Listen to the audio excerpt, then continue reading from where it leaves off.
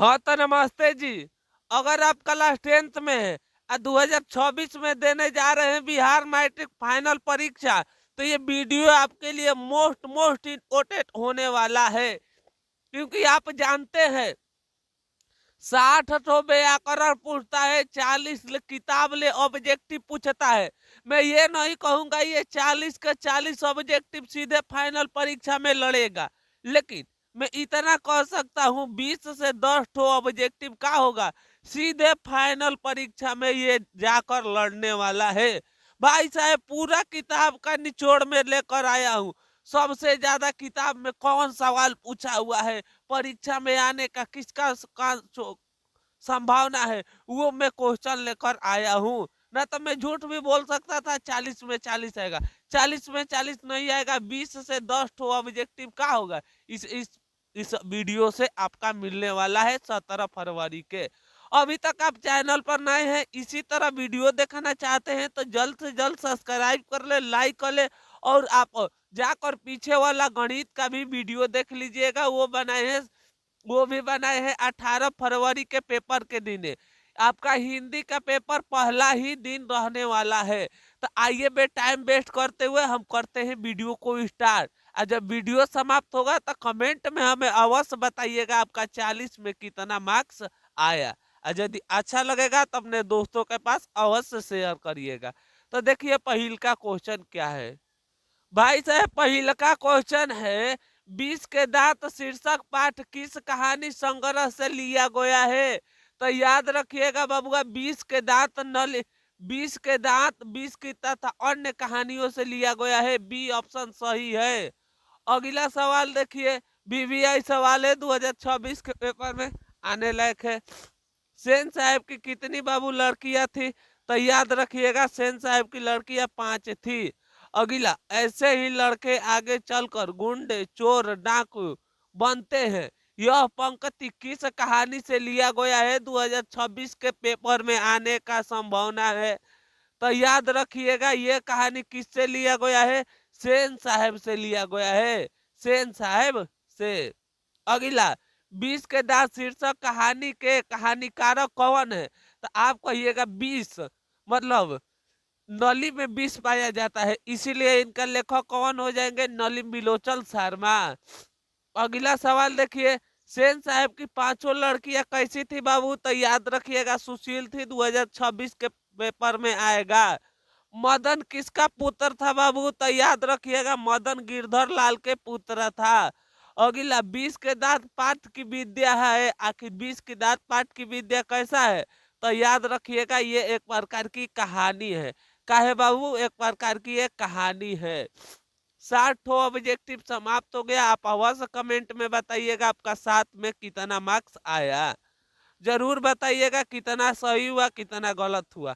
आइए हम बढ़ते हैं 8 नंबर क्वेश्चन की ओर। 8 नंबर क्वेश्चन देखिए, सेन साहब की कार की कीमत कितनी थी बाबू। तो याद रखिएगा सेन साहब की कार की कीमत 7,500 थी। अगला, गिरधर लाल किस वर्ग से प्रतिनिधित्व करता था। लगा लीजिए 2026 के पेपर में। तो याद रखिएगा बाबू गिरधर लाल मध्य और निम्न दोनों वर्ग से था। थोड़ा गरीब भी था, थोड़ा अमीर भी था, मध्य और निम्न दोनों टाइप का गिरधर लाल था। अगला सवाल देखिए, ठंड ढण महल सिख तू धोती तेरिथ गुण भवन करे, यह पंक्ति किस कविता से उद्धृत है। तो याद रखिएगा बबुआ ये राम नाम बिना जगत जनमे। अगला सवाल देखिए, बीबीआई सवाल है, गुरु नानक के किस पद में राम नाम का कीर्ति पर बल दिए हैं। आखिर किस पद में राम नाम पर दिए हैं। तो याद रखिएगा प्रथम पद पर दिए हैं। अगला, सिख के 5वें गुरु कौन है बाबू। तो याद रखिएगा गुरु नानक है। मोस्ट इम्पोर्टेंट बीबीआई सवाल है, ये संस्कृत में भी आ सकता है, हिंदी में भी आ सकता है। अगला सवाल देखिए, किसके बिना प्राण को मुक्ति नहीं मिलती। किसके बिना प्राणी को मुक्ति नहीं मिलती। तो याद रखिएगा राम नाम जब से ना लिखिएगा आपका मुक्ति नहीं मिलेगा। अगला, जपुनी आशा दीवार बार और सलोही किसकी रचना है बाबू? तो याद रखिएगा इनका राइट आंसर हो जाएगा ये गुरु नानक देव जी की है। किसकी है? गुरु नानक देव जी की है। यहाँ तक आकर बाबू 14 ठो ऑब्जेक्टिव का हो गया, समाप्त हो गया। अगला आइए हम बढ़ते हैं 15 ठो ऑब्जेक्टिव। 14 में आपका कितना मार्क्स रहा? यदि वीडियो अच्छा लग रहा है तो अपने दोस्तों के पास अवश्य शेयर करिएगा, और चैनल पर नए हैं तो जरूर सब्सक्राइब कर लीजिएगा। तो आइए हम बढ़ते हैं 15 नंबर क्वेश्चन की ओर। तो बाबू 15 नंबर क्वेश्चन देखिए, गुरु नानक के रचना संग्रह किसने किया है? तो याद रखिएगा बाबू इनका राइट आंसर हो जाएगा गुरु अर्जुन देव। गुरु नानक किस भक्ति धारा के कवि थे बाबू? तो इनका राइट आंसर याद रखिएगा ये निगुण भक्ति धारा के कवि थे। अगला सवाल देखिए, वाणी कब विष के समान बन जाती है? राम नाम जब नहीं जपिएगा तो आपका वाणी का हो जाएगा, विष के समान बोलिएगा। जब बोलिएगा किसी का खराब ही बोलिएगा। ये हम नहीं कह रहे हैं, ये गुरु नानक देव जी कह रहे हैं। गुरु नानक साहब अवस्थित है, आखिर अभी गुरु नानक साहब कहाँ अवस्थित है? तो याद रखिएगा पाकिस्तान में। गुरु नानक ने किस धर्म का प्रतिपादन किया था? तो याद रखिएगा वो सिख धर्म के प्रतिपादक किए थे, वो सिख धर्म के संस्थापक किए थे गुरु नानक देव। अगला सवाल देखिए, नीरू वंश का संबंध किससे है? तो याद रखिएगा बाबू नीरू वंश का संबंध था मनोविज्ञान से। हॉक्सर क्या था? तो एक प्रकार की ये रखिए, हॉक्सर एक प्रकार का वनस्पति विज्ञान था। तो आइए हम बढ़ते हैं 22 नंबर क्वेश्चन की ओर। 22 नंबर क्वेश्चन देखिए, VVI सवाल है, स्वामी विवेकानंद ने वेदांतों का वेदांत किसे कहा है? तो याद रखिएगा मैक्स मूलर को कहा गया है। लगा लीजिए 2026 के पेपर में ऐसा ये सवाल हो सकता है आ जाए। मैक्स मूलर ने वर्ष की अवस्था में लिपजिंग विद्यालय में संस्कृत के अध्ययन किए थे। मैक्स मूलर कितना वर्ष के थे? तो संस्कृत के अध्ययन किए थे। तो याद रखिएगा 18 वर्ष के उम्र से ही करना शुरू कर दिए थे संस्कृत पढ़ना। अगला सवाल देखिए, VVI सवाल है, दारिस नामक सोने से सिक्का घड़ा भरा किसे मिला था? तो याद रखिएगा वारेन हटिंसन को। मेघदूत का जर्मनी में अनुवाद किसने किए थे? तब किसने? मैक्स मूलर ने किए थे। मैक्स मूलर के अनुसार सच्चे भारत का दर्शन कहाँ होता है? 2026 के पेपर में आने वाला सवाल। मैक्स मूलर के अनुसार सच्चे भारत का दर्शन कहाँ होता है? तो याद रखिएगा ग्रामीण भारत में होता है। कहाँ पर होता है बाबू? ग्रामीण भारत में होता है। अगला सवाल देखिए, सब पुराने अच्छे नहीं होते और सब नए खराब नहीं होते, यह बात किसने कह दिए थे? तो याद रखिएगा ये बात कालिदास ने किए थे। सीख का अर्थ है, आखिर सीख का अर्थ का है बबुआ? तो याद रखिएगा मोम है। हजारी प्रसाद द्विवेदी का जन्म कब हुआ था? VVI सवाल है, मोस्ट इंपोर्टेंट। तो याद रखिएगा हजारी प्रसाद द्विवेदी का जन्म 1907 में हुआ था। कब हुआ था? तो 1907 में हुआ था। अगला सवाल देखिए, द्विवेदी जी से किसने पूछा नाखून क्यों बढ़ता है? लगा लीजिए ये 2026 के पेपर में पूछने वाला है, नाखून क्यों बढ़ता है? शस्त्र को औजार की स्मृति स्वामी इनमें से स्वामी। ये क्वेश्चन गलती नहीं है, ना तो ये ऑप्शन गलती है, ये क्वेश्चन होना चाहिए। द्विवेदी जी से किसने पूछा तो नाखून क्यों बढ़ते हैं? तो इनकी छोटी लड़की ने पूछी थी।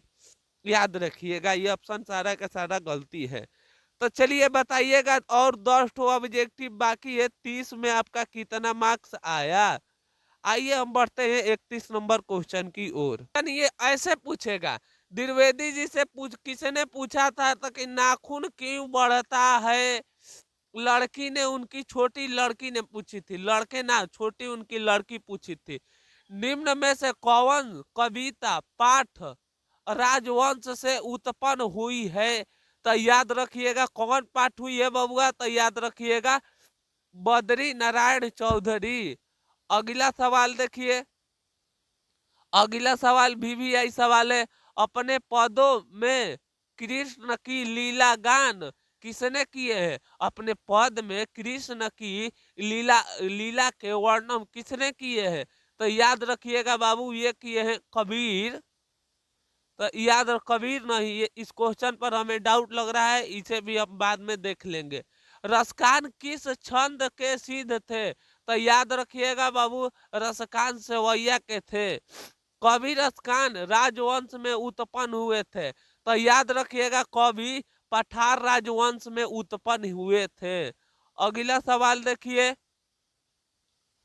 रसखान के रचना के समय किसका राज्यकाल था? VVI सवाल है। तो याद रखिएगा बाबू, रसखान के रचना के काल समय हामुरू के था।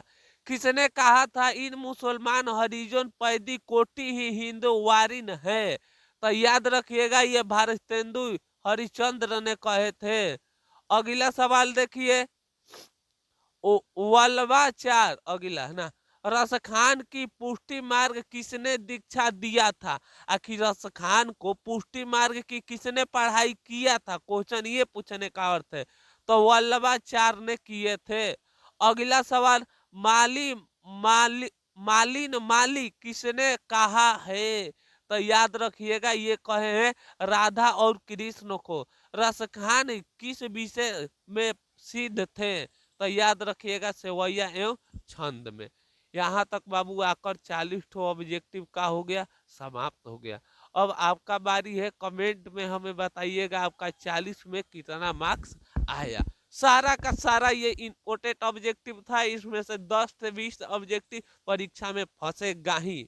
तो चलिए, तब तक ले मिलेंगे एक और नई वीडियो के साथ। तब तक ले हंसते रहिए, मुस्कुराते रहिए। जय हिंद दोस्तों, वंदे मातरम। अपने अच्छा लगा तो अपने दोस्तों के पास अवश्य शेयर करिएगा।